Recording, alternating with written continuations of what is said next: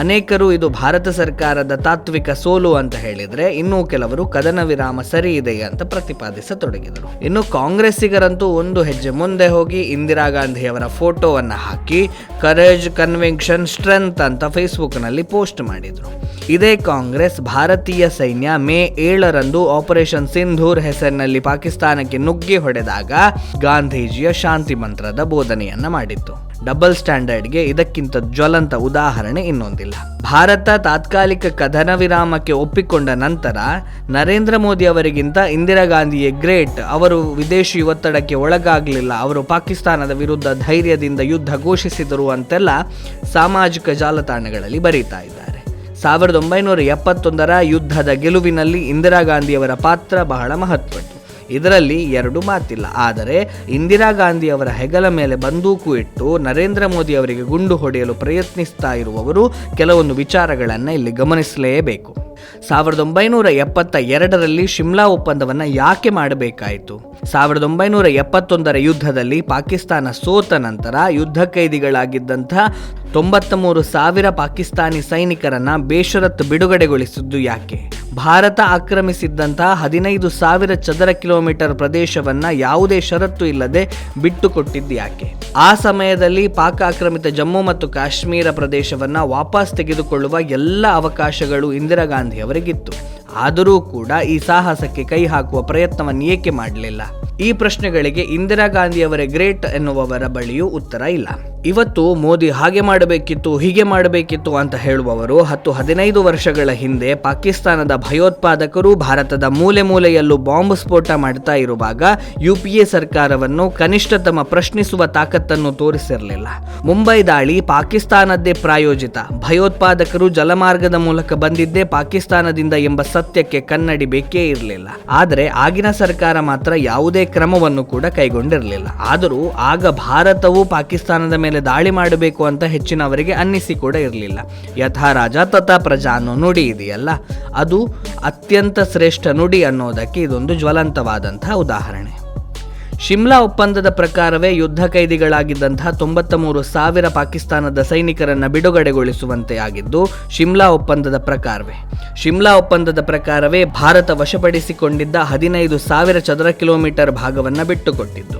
ಶಿಮ್ಲಾ ಒಪ್ಪಂದದಲ್ಲಿ ಭಾರತ ತನ್ನ ಅಂತಾರಾಷ್ಟ್ರೀಯ ಗಡಿರೇಖೆಯನ್ನ ಪುನರ್ ನವೀಕರಿಸುವ ಅವಕಾಶ ಕೂಡ ಇತ್ತು. ಅದನ್ನೆಲ್ಲ ಕೈ ಚೆಲ್ಲಲಾಯಿತು. ಪಾಕ್ ಆಕ್ರಮಿತ ಕಾಶ್ಮೀರವನ್ನು ವಾಪಸ್ ಪಡೆಯುವ ಅವಕಾಶ ಕೂಡ ಇತ್ತು. ಅದನ್ನೂ ಕೈಬಿಟ್ರು. ಇಂದಿರಾ ಗಾಂಧಿಯವರು ಮಾತ್ರ ಗ್ರೇಟ್ ಅನ್ನುವರು ಇದಿಷ್ಟು ಪ್ರಮಾದಗಳನ್ನು ಮುಚ್ಚಿಡುವ ಪ್ರಯತ್ನಗಳನ್ನು ಮಾಡುತ್ತಾನೆ ಬಂದಿದ್ದಾರೆ. ಪಹಲ್ಗಾಮ್ನಲ್ಲಿ ನಡೆದಂತಹ ನರಮೇಧಕ್ಕೆ ಪ್ರತಿಯಾಗಿ ಭಾರತ ಆಪರೇಷನ್ ಸಿಂಧೂರ್ ಕಾರ್ಯಾಚರಣೆಯನ್ನು ಮಾಡಿತು. ಪಾಕ್ ಆಕ್ರಮಿತ ಕಾಶ್ಮೀರ ಮತ್ತು ಪಾಕಿಸ್ತಾನದ 11 ಕಡೆ ವಾಯುಪಡೆಯ ಮೂಲಕ ಏರ್ ಸ್ಟ್ರೈಕ್ ಪ್ರತಿದಾಳಿ ಮಾಡಲಾಯಿತು. ಇದರಿಂದ 9 ಭಯೋತ್ಪಾದನಾ ಶಿಬಿರಗಳು ಧ್ವಂಸಗೊಂಡವು. 100ಕ್ಕೂ ಹೆಚ್ಚು ಭಯೋತ್ಪಾದಕರು ಹತ್ಯೆಯಾದರು. ಹತ್ಯೆಯಾದ ಭಯೋತ್ಪಾದಕರಲ್ಲಿ ಕಂದಹಾರ್ ವಿಮಾನ ಅಪಹರಣ ಮಾಡಿದಂತಹ ಮಾಸ್ಟರ್ ಮೈಂಡ್ ಕೂಡ ಇದ್ದ.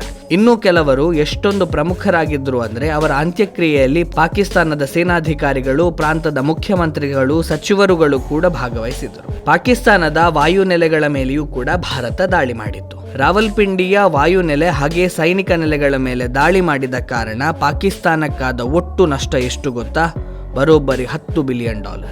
ಆಪರೇಷನ್ ಸಿಂಧೂರ್ನ ನಂತರ ನಡೆದ ಅಘೋಷಿತ ಯುದ್ಧದಲ್ಲಿ ಭಾರತವು 1/2 ಡಜನ್ ಫೈಟರ್ ಜೆಟ್ಗಳನ್ನು ಡೆಸ್ಟ್ರಾಯ್ ಮಾಡಿತ್ತು. ಅವುಗಳೆಲ್ಲವೂ ಕೂಡ USA ಮತ್ತು ಚೀನಾ ನಿರ್ಮಿತ ಅನ್ನೋದು ನಮಗೆಲ್ಲ ಗೊತ್ತಿರಬೇಕಾದಂತಹ ವಿಷಯ.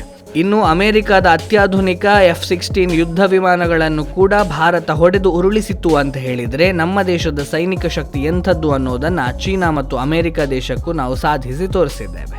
ಇಷ್ಟೆಲ್ಲ ಇರುವಾಗಲೂ ಕೂಡ ಮೋದಿ ಹೇಡಿತನ ಪ್ರದರ್ಶನ ಮಾಡಿದ್ರು, ಇಂದಿರಾ ಗಾಂಧಿಯವರು ದಿಟ್ಟತನದಿಂದ ಎದುರಿಸಿದ್ರು ಎನ್ನುವವರು ಇನ್ನೊಂದು ವಿಚಾರವನ್ನು ಗಮನಿಸಬೇಕು. 1971ರಲ್ಲಿ ಎರಡೂ ದೇಶಗಳು ಅಣ್ವಸ್ತ್ರಗಳನ್ನು ಹೊಂದಿರಲಿಲ್ಲ. ಆದರೆ 2025ರಲ್ಲಿ ಎರಡೂ ದೇಶಗಳ ಬಳಿ ಅಣ್ವಸ್ತ್ರಗಳಿದ್ದಾವೆ. 1971ರಲ್ಲಿ ಎಲ್ಲವೂ ನಮ್ಮ ಅನುಕೂಲದಲ್ಲಿಯೇ ಇತ್ತು. ಆಗ ಪಾಕ್ ಆಕ್ರಮಿತ ಪ್ರದೇಶವನ್ನು ವಾಪಸ್ ಪಡೆದುಕೊಳ್ಳುವಂಥ ಎಲ್ಲ ಅವಕಾಶಗಳು ಕೂಡ ಇತ್ತು. ಆದರೆ ಇಚ್ಛಾಶಕ್ತಿ ಇರಲಿಲ್ಲ. ಆದರೆ ಇವತ್ತು ಭಾರತ 2 ದಿನ ತಾತ್ಕಾಲಿಕ ವಿರಾಮ ಘೋಷಣೆಯನ್ನು ಮಾಡಿದರೆ ಕೇಂದ್ರ ಸರ್ಕಾರ ಹೇಡಿತನವನ್ನು ಪ್ರದರ್ಶನ ಮಾಡಿತು ಅಂತ ಹೇಳುತ್ತಾರೆ. ಆಪರೇಷನ್ ಸಿಂಧೂರ್ ಗ್ರೇಟ್ ಯಾಕೆ? ಆಪರೇಷನ್ ಸಿಂಧೂರ್ ನಡೆದಿದ್ದು ಅಣ್ವಸ್ತ್ರವನ್ನು ಹೊಂದಿರುವ ದೇಶದ ಮೇಲೆ. ಇತ್ತೀಚಿನ ವರ್ಷಗಳಲ್ಲಿ ಜಾಗತಿಕ ಮಟ್ಟದಲ್ಲಿ ಅಣ್ವಸ್ತ್ರ ಹೊಂದಿರುವ ನೆರೆಹೊರೆಯ ದೇಶಗಳು ಯಾವುದೇ ರೀತಿ ಯುದ್ಧ ಮಾಡಿದ ಉದಾಹರಣೆಗಳೇ ಇಲ್ಲ. ಭಾರತವು ಯಾವುದೇ ಯುದ್ಧ ಘೋಷಣೆ ಮಾಡದೆ ಪಾಕಿಸ್ತಾನದ ಒಳಗೆ ನುಗ್ಗಿ ದಾಳಿ ಮಾಡಿತ್ತು. ಭಾರತವು ಇಲ್ಲೂ ಯುದ್ಧ ನೀತಿಯನ್ನ ಪಾಲಿಸಿದೆ. ಪಾಕಿಸ್ತಾನಿ ಪ್ರಜೆಗಳ ಮೇಲೆ ಒಂದೇ ಒಂದು ದಾಳಿಯನ್ನು ನಡೆಸಿಲ್ಲ. ಎಲ್ಲವೂ ನಡೆದಿದ್ದು ಉಗ್ರರ ಮೇಲೆ, ಹಾಗೆ ಸೇನಾ ನೆಲೆಗಳ ಮೇಲೆ. ಪಾಕಿಸ್ತಾನದ ಅನೇಕ ಫೈಟರ್ ಜೆಟ್ಗಳನ್ನು, ಡ್ರೋನ್ಗಳನ್ನು ಭಾರತೀಯ ಸೇನೆ ಹೊಡೆದು ಉರುಳಿಸಿದ್ದಾವೆ. ಅದರಲ್ಲಿ ಅಮೆರಿಕದ ಅತ್ಯಾಧುನಿಕ ಫೈಟರ್ ಜೆಟ್ F-16 ಕೂಡ ಒಂದು. ಭಾರತ ಪಾಕಿಸ್ತಾನದ ಒಳಗೆ ನುಗ್ಗಿ 100ಕ್ಕೂ ಹೆಚ್ಚು ಭಯೋತ್ಪಾದಕರನ್ನ ಖಬರ್ಸ್ತಾನ್ ಸೇರಿಸಿದೆ. ಜೈಷ್ ಎ ಮೊಹಮ್ಮದ್ ಸಂಘಟನೆಯ ಮುಖ್ಯಸ್ಥ ಮಸೂದ್ ಅಜರ್ನ ಕುಟುಂಬದ 10ಕ್ಕೂ ಹೆಚ್ಚು ಸದಸ್ಯರು ಆ ಪಟ್ಟಿಯಲ್ಲಿದ್ದಾರೆ. ಮುಂಬೈ ದಾಳಿಗೆ ಮಾಸ್ಟರ್ ಪ್ಲಾನ್ ರೂಪಿಸಿದ್ದಂತಹ ಭಯೋತ್ಪಾದಕ ಶಿಬಿರವನ್ನು ಕೂಡ ನಾಶ ಮಾಡಲಾಗಿದೆ. ಕಂದಹಾರ್ ವಿಮಾನ ಅಪಹರಣದ ಮಾಸ್ಟರ್ ಮೈಂಡ್ ಅನ್ನು ಕೂಡ ಹತ್ಯೆ ಮಾಡಲಾಗಿದೆ. ಇದಿಷ್ಟೇ ಅಲ್ಲದೆ ಭಾರತ ಪಾಕಿಸ್ತಾನದ 6 ವಾಯುನೆಲೆಗಳ ಮೇಲೆಯೂ ಕೂಡ ದಾಳಿಯನ್ನು ಮಾಡಿದೆ. ಈ ಮೂಲಕ ಭಾರತದ ಸೈನಿಕ ಶಕ್ತಿ ಎಂಥದ್ದು ಅನ್ನುವುದನ್ನು ಜಗತ್ತಿಗೆ ತೋರಿಸಿದೆ. ಇದೀಗ ಭಾರತ ಸರ್ಕಾರ ಪಾಕ್ ಆಕ್ರಮಿತ ಕಾಶ್ಮೀರವನ್ನು ಬಿಟ್ಟುಕೊಡುವವರೆಗೆ ಯಾವುದೇ ಮಾತುಕತೆ ಇಲ್ಲ ಅಂತ ಹೇಳಿದೆ. ಅಮೆರಿಕದ ಮಧ್ಯಸ್ಥಿಕೆಯು ಕೂಡ ನಮಗೆ ಬೇಕಾಗಿಲ್ಲ ಅನ್ನುವಂಥದ್ದನ್ನು ಸ್ಪಷ್ಟವಾಗಿ ತಿಳಿಸುವಂತಹ ಪ್ರಯತ್ನವನ್ನು ಮಾಡಿದೆ. ಭಾರತಕ್ಕೆ ಬೇಕಿರುವಂತಹ ಉಗ್ರರನ್ನು ಹಸ್ತಾಂತರಿಸಿದರೆ ಮಾತ್ರ ಮಾತುಕತೆ ಮಾಡ್ತೇವೆ ಅಂತ ಹೇಳಿದ್ದಾರೆ. ಕದನ ವಿರಾಮವನ್ನು ಘೋಷಿಸಿಲ್ಲ. ಆಪರೇಷನ್ ಸಿಂಧೂರ್ ಚಾಲ್ತಿಯಲ್ಲಿದೆ ಅಂತ ಕೂಡ ಹೇಳಿದೆ. ಇಷ್ಟೆಲ್ಲ ಹೇಳಿದ ಮೇಲೂ, ಇಷ್ಟೆಲ್ಲ ಮಾಡಿದ ಮೇಲೂ ಕೇಂದ್ರ ಸರ್ಕಾರ ಹೇಡಿತನ ಪ್ರದರ್ಶಿಸಿದೆ ಅಂತ ಹೇಳುವವರು ಒಂದು ಸಲ ನಿಮ್ಮ ಮುಖವನ್ನು ಕನ್ನಡಿಯಲ್ಲಿ ನೋಡಿಕೊಳ್ಳಿ ಅಂತಷ್ಟೇ ನಾವು ಹೇಳಬಹುದು. ಸ್ನೇಹಿತರೆ, ಇದಿಷ್ಟು ವಿಷಯ. ಮುಂದೆ ಮತ್ತೊಂದು ವಿಷಯದ ಜೊತೆಗೆ ನಿಮ್ಮ ಮುಂದೆ ಬರ್ತೇನೆ. ಅಲ್ಲಿಯವರೆಗೆ ನಮಸ್ಕಾರ.